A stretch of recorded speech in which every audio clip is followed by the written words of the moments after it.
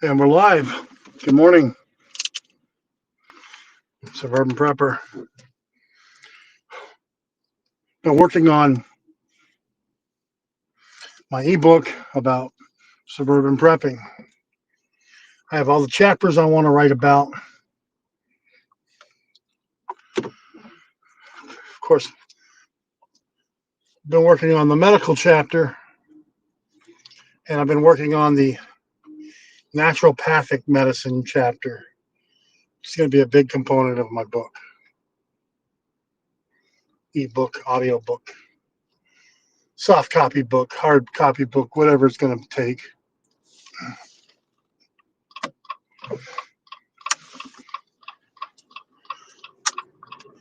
Yeah, I'm thinking once I get it on Amazon, I'll link it on my YouTube page and my website. How everybody doing today? And it's based on being a prepper in the suburbs. I'm not a homesteader. I don't do homesteading. I don't own a farm. I don't have cattle. I do what I do.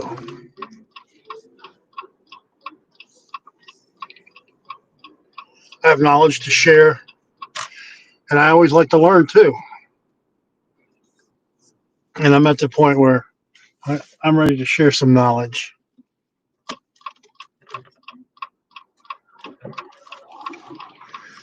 And I enjoy making videos in the morning. An interesting opportunity came up. Uh, One of my Facebook channels that I belong to, a member, the moderator asked about treatment for type 2 diabetes and diabetes overall. The question was how manage it long term. And on May 17th, I did a video about managing diabetes on a live stream I did on the weekend, which reminds me that I need to go and repurpose my content again and extract that video from my live stream and make it into a separate video. It's packed full of knowledge.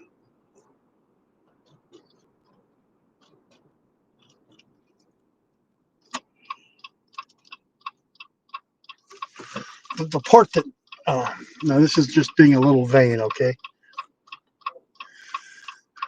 I'm just watching traffic as I turn around.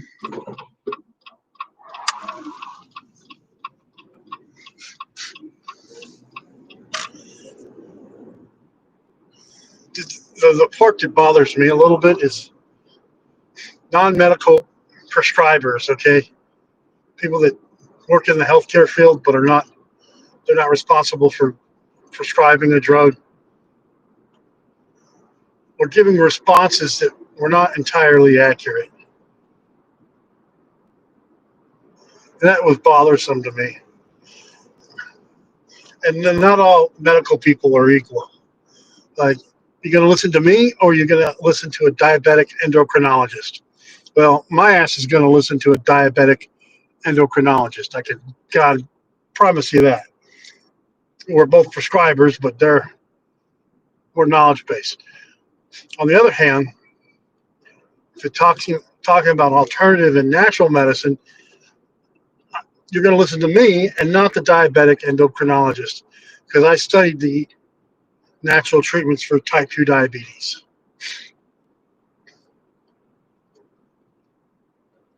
And there's only so much knowledge that we have on diabetes for that matter.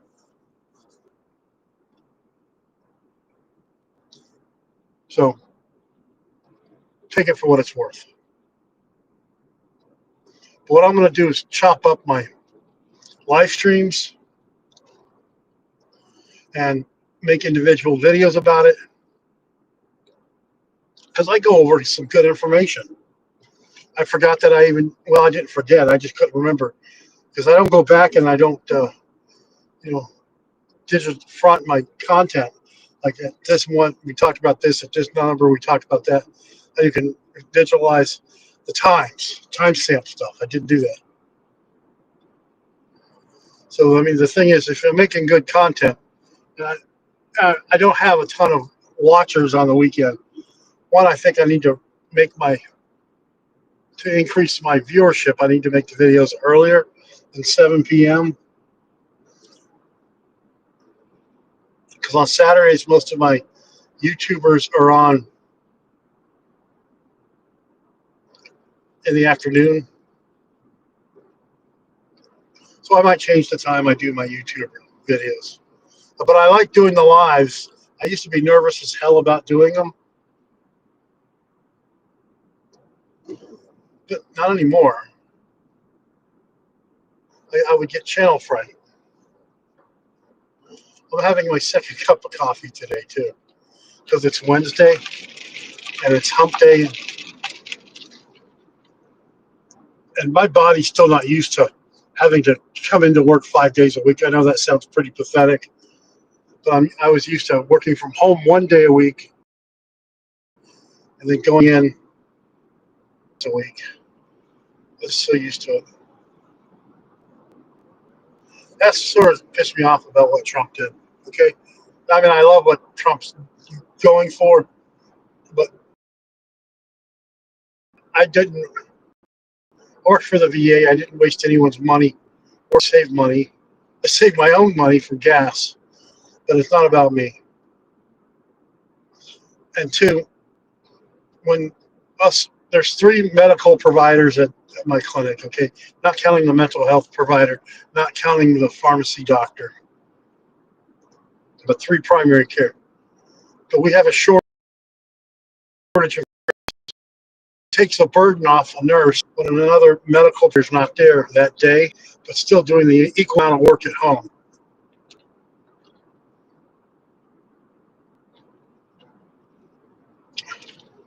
But sometimes upper management often just submits to what they're told to do without fighting for their team. And sometimes we lack common sense. That's okay. That's part of life. So I told you I'm working on my ebook. Uh, so far, I've got 27 chapters that I'm going to do,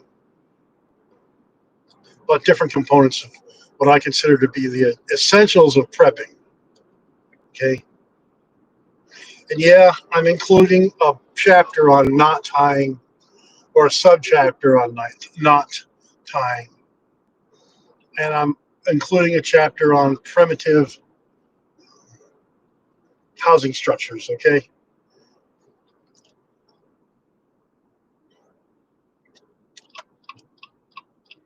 Got to get out of this lane, stuck behind a truck, an 18-wheeler that I don't need to be stuck behind. So be it.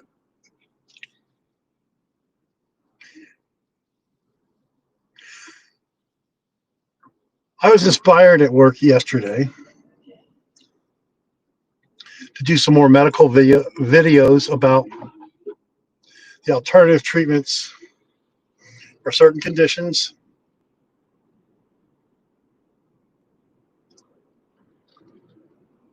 I got them written down. I forgot what they were, honestly. The great thing about my brain, okay, is that if I work hard enough at work and I don't leave something lingering, then I just shut off what I did at work. I don't take it home with me. Whatever infighting or politics, or, jibber jabber, he said, she said that there's going on at work, I don't get involved with. One, I don't go to the weekly morning meeting where they talk about issues or something. I could care less. I'm already seeing patients. My first patient starts at the time I get to work. So I have to get to work early before it starts to see my patients. And that's not a big deal, but so I don't have time to sit in a meeting and talk about the jibber jabber because, and I don't have a designated time to do a quote unquote, like a little meeting with everyone on my team. Because right now there's basically me and the RN and the clerk on my medical team. But the clerks, they basically cover for everybody.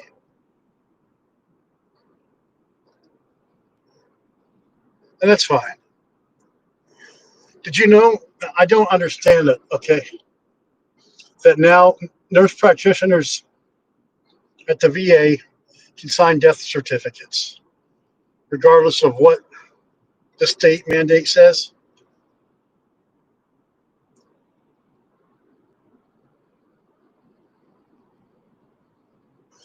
And the mandate before was, and the way that my medical officer supervisor told me, said, since you're a nurse practitioner, you're not a medical officer, so you can't sign a death certificate. Well, that sort of was a bunch of bullshit, because if we can sign a death certificate, and if we can be the only medical provider in a medical clinic, that sort of makes us the medical officer. It's a play on words. And there's going to always be a condescending competition between physicians and nurse practitioners.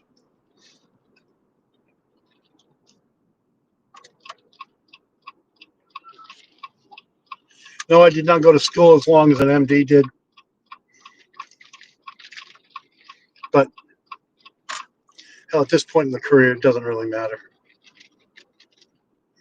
So I just go along with whatever they say. I'm a nurse practitioner. I was going to go to PA school, although I had a bachelor's in nursing at the time. I was going to go to PA school, got accepted to one, but something happened with a deployment. And when I came home, I went to NP school. And I think it was a better decision. I didn't have any tuition issues to worry about.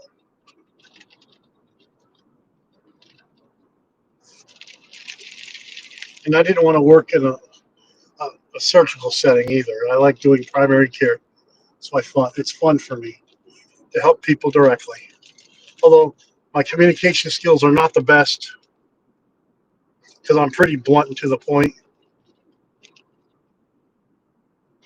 And sometimes I'm blunt and to the point on purpose.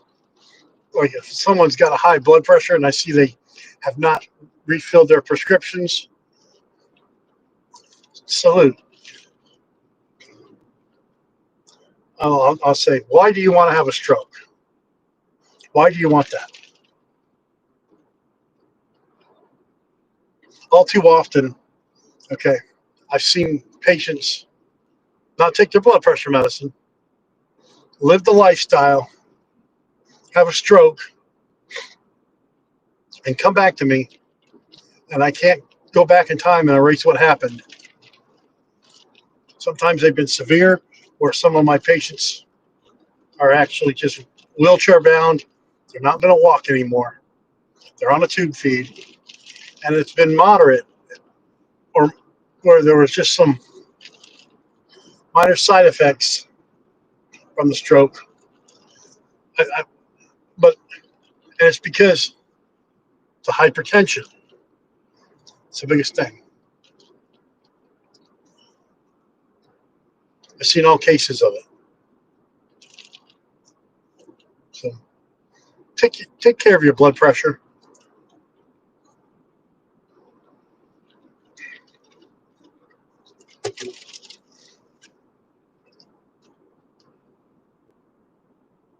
Also, some other announcement I want to make today is I have decided that I'm going to open my services as a one-on-one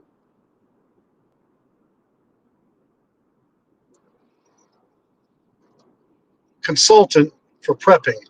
If somebody wants to get into prepping and they're new, I'm going to have a click thing on my YouTube or my Facebook page on my website, and they can download this questionnaire that they're going to have to fill out on computer, email it back to me, and if they answer all the questions, I can get them started in the right direction on what to prep for, what kind of things they should be doing.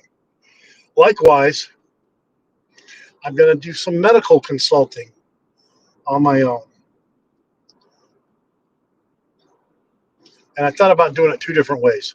One, straight up medical consulting. If you want a medical opinion about a subject, and it's just my opinion.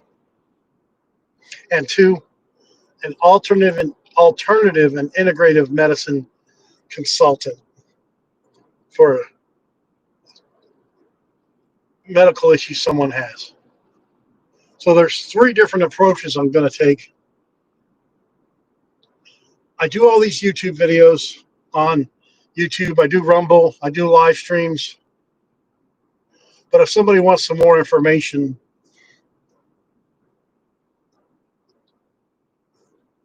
I think doing the consultation is appropriate. Now, I'll continue to make videos, but not for anyone specific.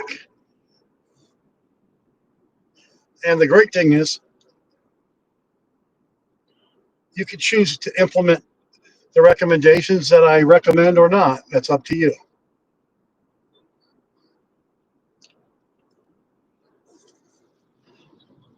What do you think? Should I implement a consulting service? Leave a comment down below what you think.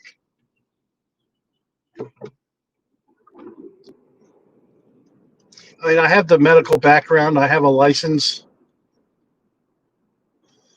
I have a rather intense prepping background, and why not share some of my knowledge and be compensated for it? These consults aren't free, okay? I mean, obviously. So if I'm going to spend the time doing a one-on-one consult, then the way the consult's going to be, you send me an email back you fill out the questionnaire, and I'll answer it. And it's not some shim sham. It's going to be rather in depth.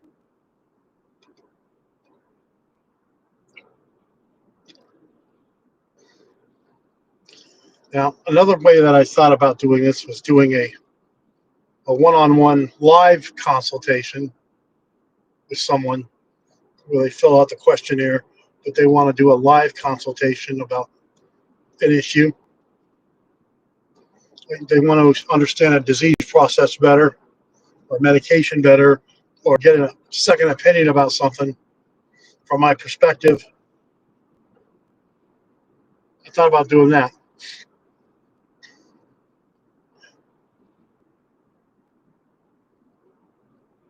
I see where RNs do holistic type of consults. It's pseudo within their scope of practice. I mean, anybody can tell someone to try an herbal. You don't need to prescribe it. And they have some RNs that do patient education consults. That's still within the scope of a registered nurse.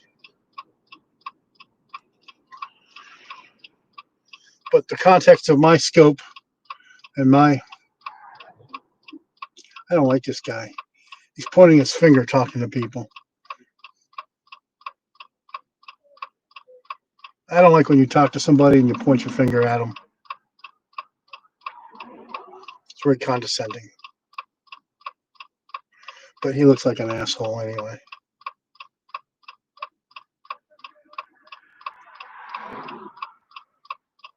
I'm driving to work and I see this guy pointing his finger at people. It's his workers.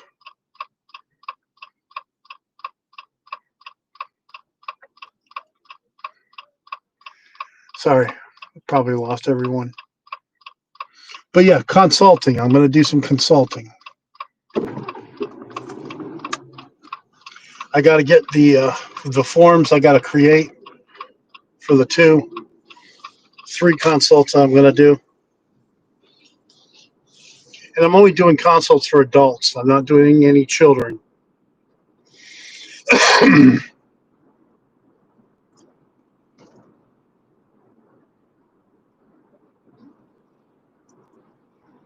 Yeah, I said that.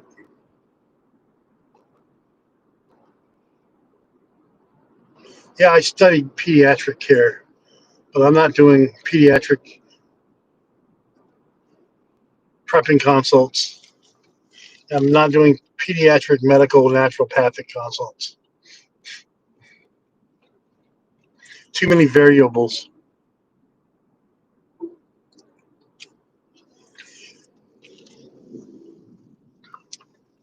And the thing is, if the patient doesn't fill out the information in the questionnaire that I ask,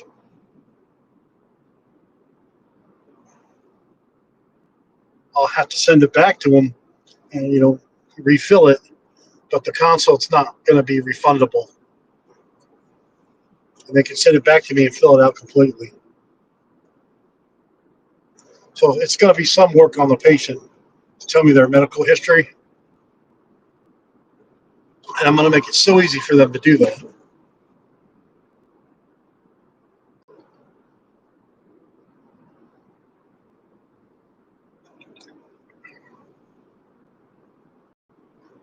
I've taken thousands and thousands and thousands of medical histories.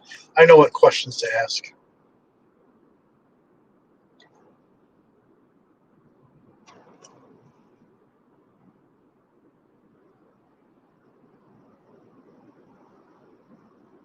And my consults are going to be typed out answers.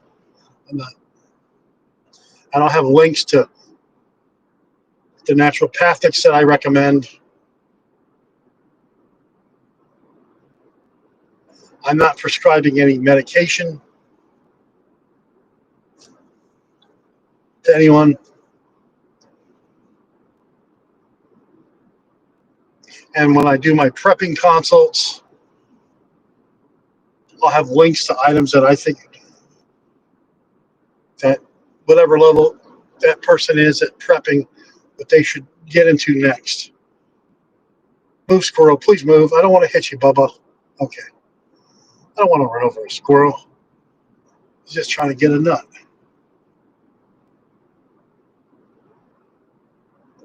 So that's my news for the day. I'm also going to do my ebook.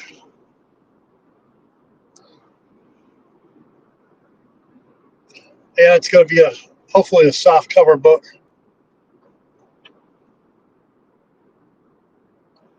And I'm going to do it on Amazon. Just like, problem is, if you go with a publishing company on a book like that, they're going to want 50% of your shares, 60%, whatever percent. On top of that, if it goes to Amazon, you have to pay the share for Amazon, and they get the share. So you end up only getting 15% of the shares. I've seen how a lot of these prepper publishing companies work, just so you can associate with them. No, I'm not going to do that. I'm going to go on Amazon, of course. And you go where the money is, okay? What people want to read. I mean, I've got 2 books on Amazon, ebooks and audiobooks. I don't have any more soft covers. Those I give away to special people.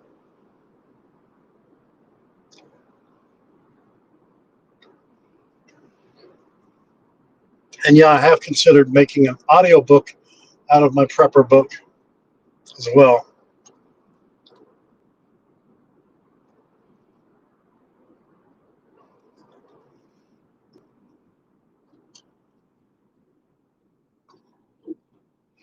What are anybody's thoughts about this? Oh, I got some update on my 300 Win Mag bolt carrier group. They're mailing it out this week from Bear Creek Arsenal. So I'm going to be pretty excited because it's been about a month since I've gotten all my parts in for my rifle, and I haven't had a chance to shoot it.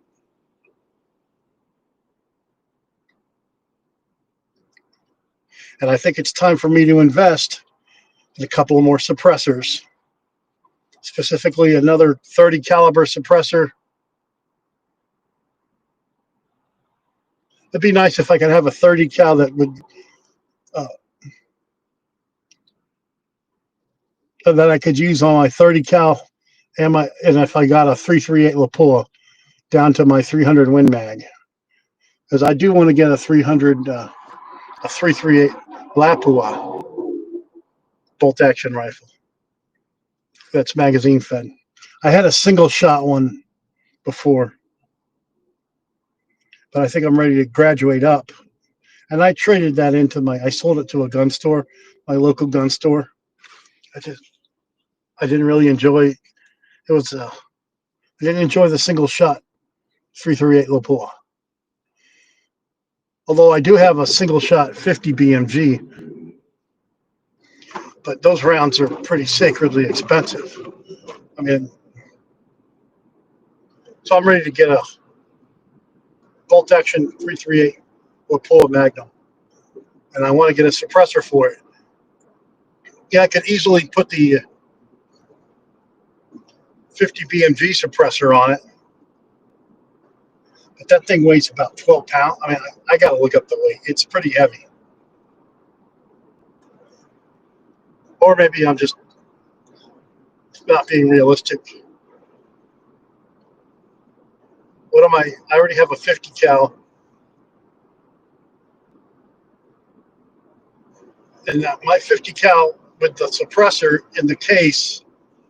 I'm gonna do a video about it. It's pretty heavy. Not as heavy as it used to be because I'm working out more, but it's pretty heavy.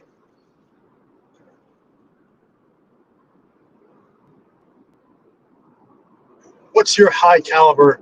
So I might just buy a suppressor that I can use on a 338 Lapua down to a 300 Win Mag.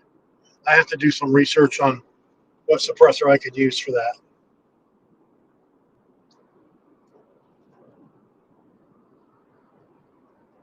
When I say research, I mean there's only so many suppressor companies out there.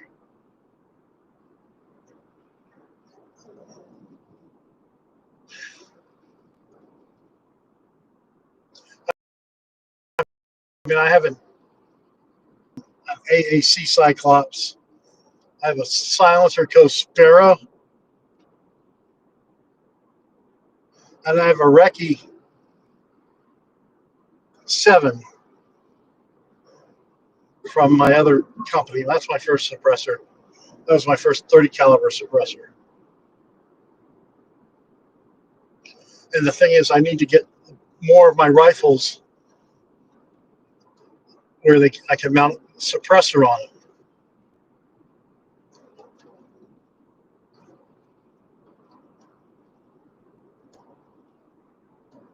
Or not.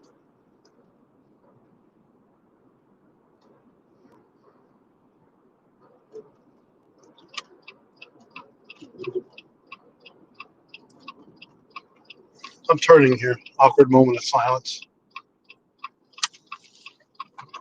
So apparently, when some viewers, I can check to see how long someone tunes in. Not someone individually.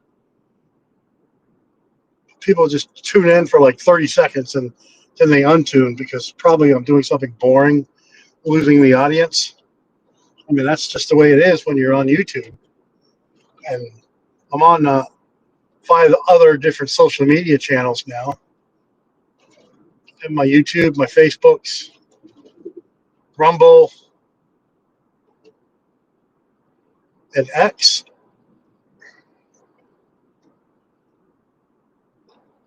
I'm updating videos on Rumble. That's a long form content, similar to YouTube. But you can be a little more raunchier on Rumble than you can on YouTube as far as what to say.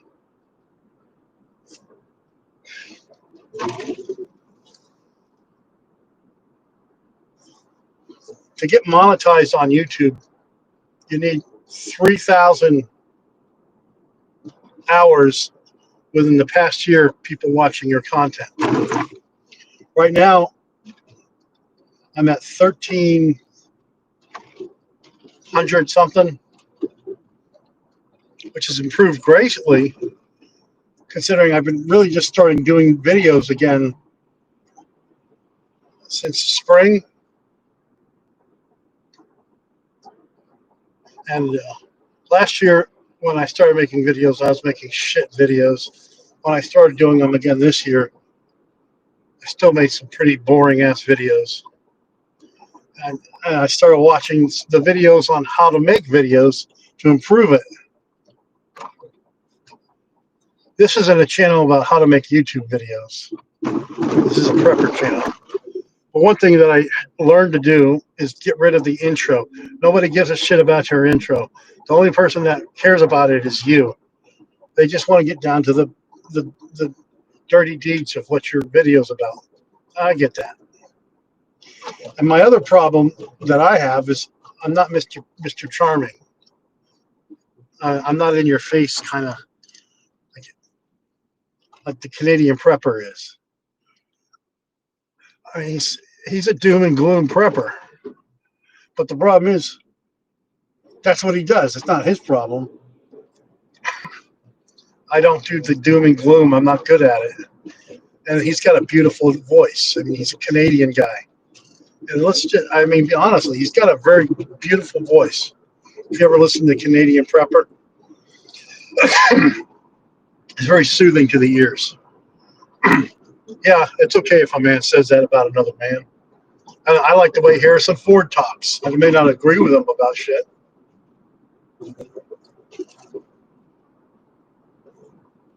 But that's okay.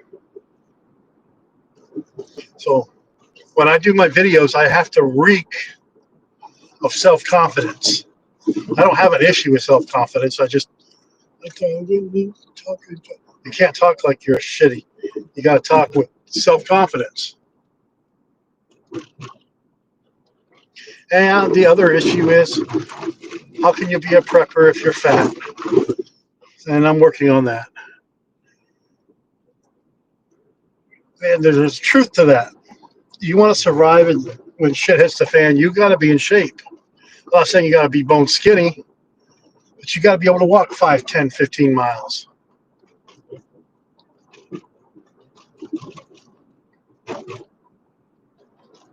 I'm not saying you need to be able to run 20 miles or a marathon.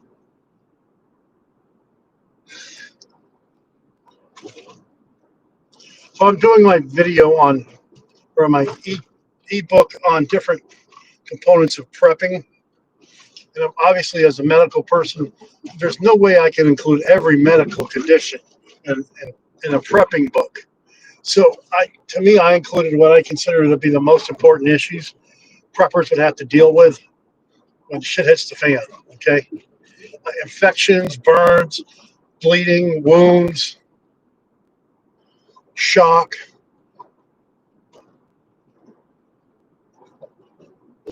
Realistic situations. Unrealistic situations, which are futile, is to do CPR on somebody when shit hits the fan. You don't have the resources to do it. Someone goes into any type of, they need coronary stenting, they have a heart attack or they have a stroke, you're very limited what you can do. So I don't include that in treatment or disease processes you can manage during shit hit the fan. There are some cardiac diseases that can be managed, maybe medicinally. And there's some naturopathics that can help manage that. But I didn't include them all in the video or the ebook. It's just there's too much. That's why I like to make when I do my live streams and I make medical videos. I like to incorporate those into my videos. And if anything, it opens the eyes to somebody.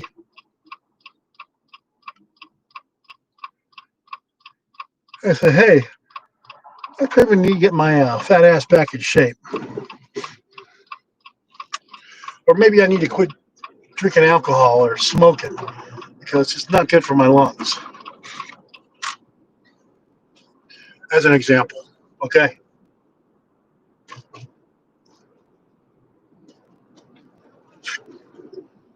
A long day, and I got to drink my second cup of coffee. I woke up at 4 this morning, my time, because I went to bed by 9:30, and that was it. That's all I needed for sleep.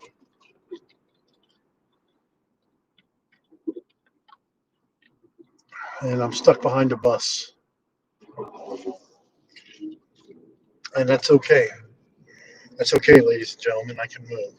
I don't understand. School's out, so why do they have the buses going? Maybe they're using them for something else. I wonder if they're using the school buses to move the protesters around. Wouldn't surprise me.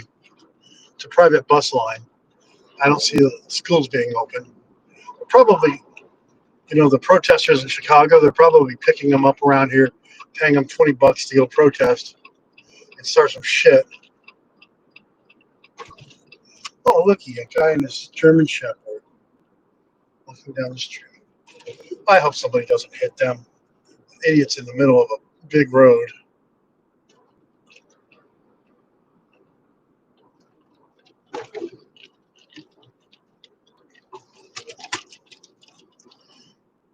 Yes. It's 7:43. I'm about 3 mics out from work, and I'm stuck behind a school bus again. Well, that's funny. This school bus's bus number is 2020. What a hell of a year, 2020.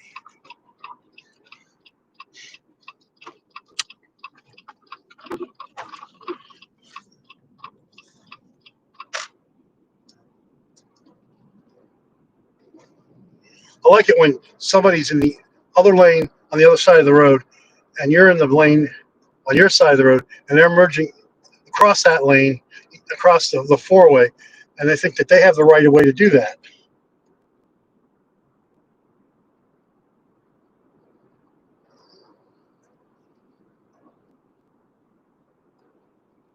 I don't get it.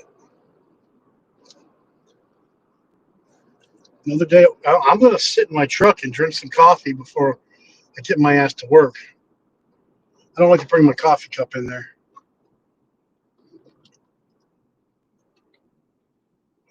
So if I go in early, right, which I always do, sometimes my patients think that they're going to just follow my ass into the office and see me without going through the nurse first.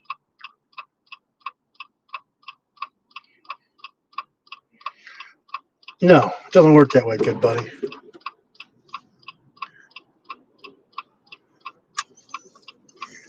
Pretend I was going to hit that guy. I was going to pull a jihad on this motherfucker. But I'm not going to do it. I'm not saying that. I didn't say that. Can't help it. I'm a combat veteran. So one of the moves that we used to do in our PSD team is we used to merge right into the ongoing traffic in our white Toyota Jeeps, guns out, guns blazing, and put a halt to the traffic so our convoy could go by.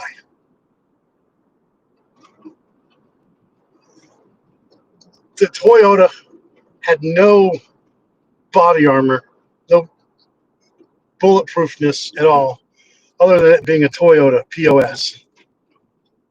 It runs a diesel Toyota. white diesel Toyota. You've seen them.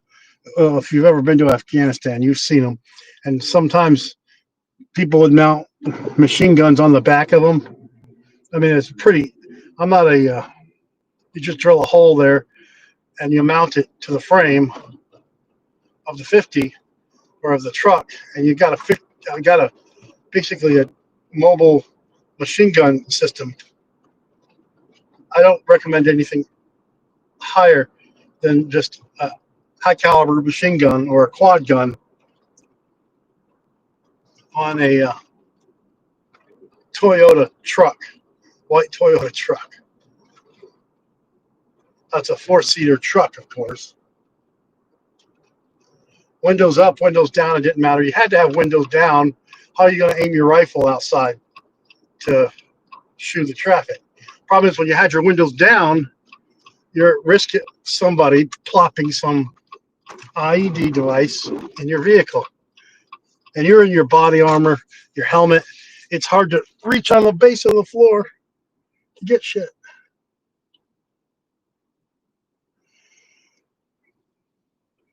See what kind of fires. There's always a morning fire that needs to be put out.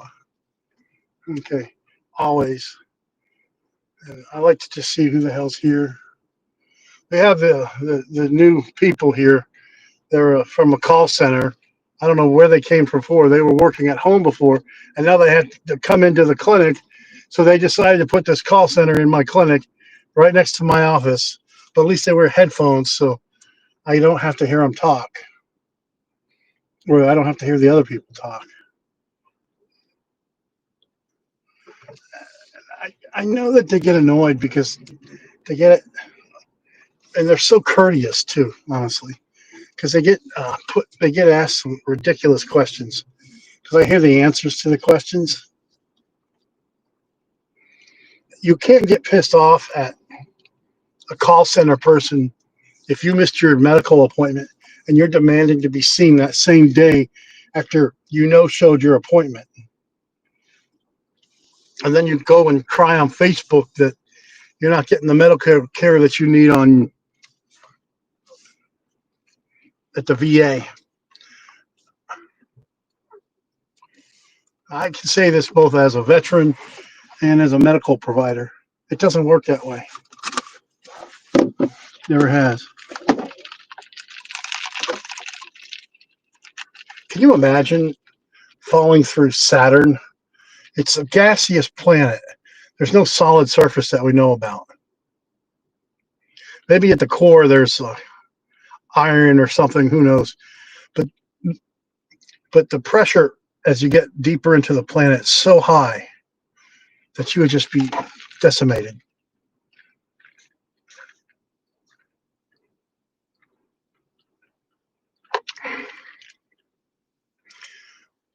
The gravity of the situation. Like your joints couldn't. I mean, if we were on a planet where the gravity was twice as it is right now, can your joints handle walking? Like I'm a 200-some-pounder person. Can your joints handle twice the amount of weight that they would have to normally handle? Your bone structure would definitely get harder if it hadn't broken or fractured. Our bones are pretty porous. We're held together mostly by the tendons and the ligaments that hold the bones together. But the bones would have to be more rigid. And no, folks, teeth are not bones. Okay?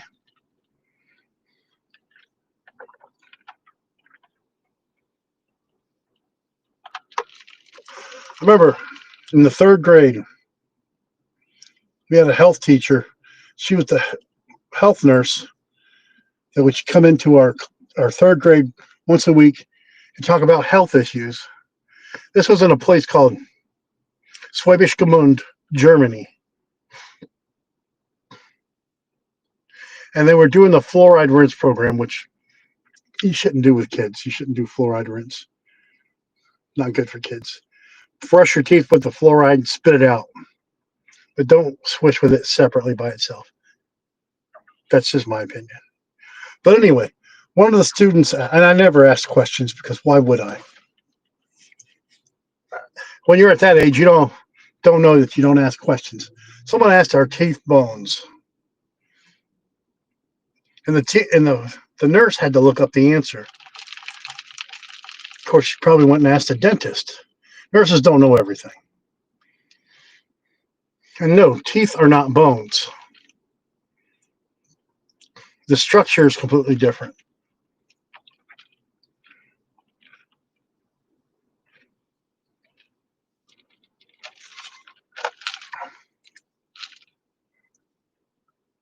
Your teeth are pretty awesome, though. I believe in God, and I believe God created all of us, whether it be a spark or how we evolved, whatever. But this final product, all of us living organisms, even the trees, the grass, the fungus that grows, the mold, how things decompose, the cycle of life, it's so fucking beautiful. Isn't it, folks? Yeah, okay. I mean, yeah, we live, we die. But if you just think about it, the whole cycle, life begets life. That's a beautiful thing. It's 7:53. I don't want to go to work today. I mean, if I drove off and called in sick, I'd get in trouble because people see me parked here already. I'd never just called in sick. I've had issues before with the heart failure.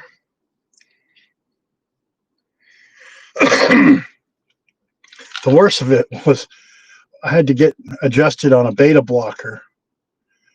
Um, the labetalol that I was prescribed initially was making it hard for me to breathe. Now, if you have a respiratory issue and you're on a certain beta blocker, that can happen. So I switched from labetalol to a sustained action cardivolol, and my breathing improved so much better. Now, to me, labetalol is great. It's one of the few beta blockers that I like to use for hypertension treatment. Oh, look, I can see that white Jeep Gladiator's coming. I don't know who's in that Jeep, and I'll get to find out today. You know, somebody's pretty cool if they have a Jeep Gladiator.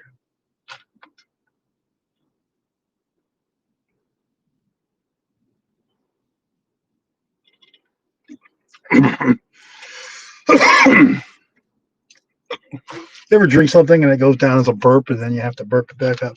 And that just happened. Anyway, so when you have like COPD or breathing problems, you gotta be careful what beta blocker you prescribe someone. My cardiologist switched me from labetalol to cardivolol, and I improved. Plus, I was getting hives with labetalol. I don't know why. Something about labetalol. Excuse me. Been on for 49 minutes doing my live stream. And it looks like I've had some consistent watching viewership. So I'm just here trying to get psyched up to go into work, knowing what must be done.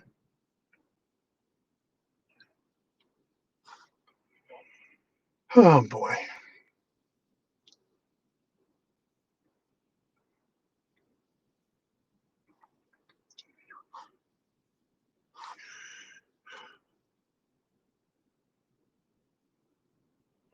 It's cool to see what cars these new people that work here drive.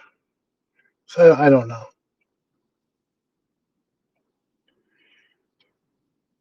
Okay, I think I'm going to sign off. Everyone have a God bless day.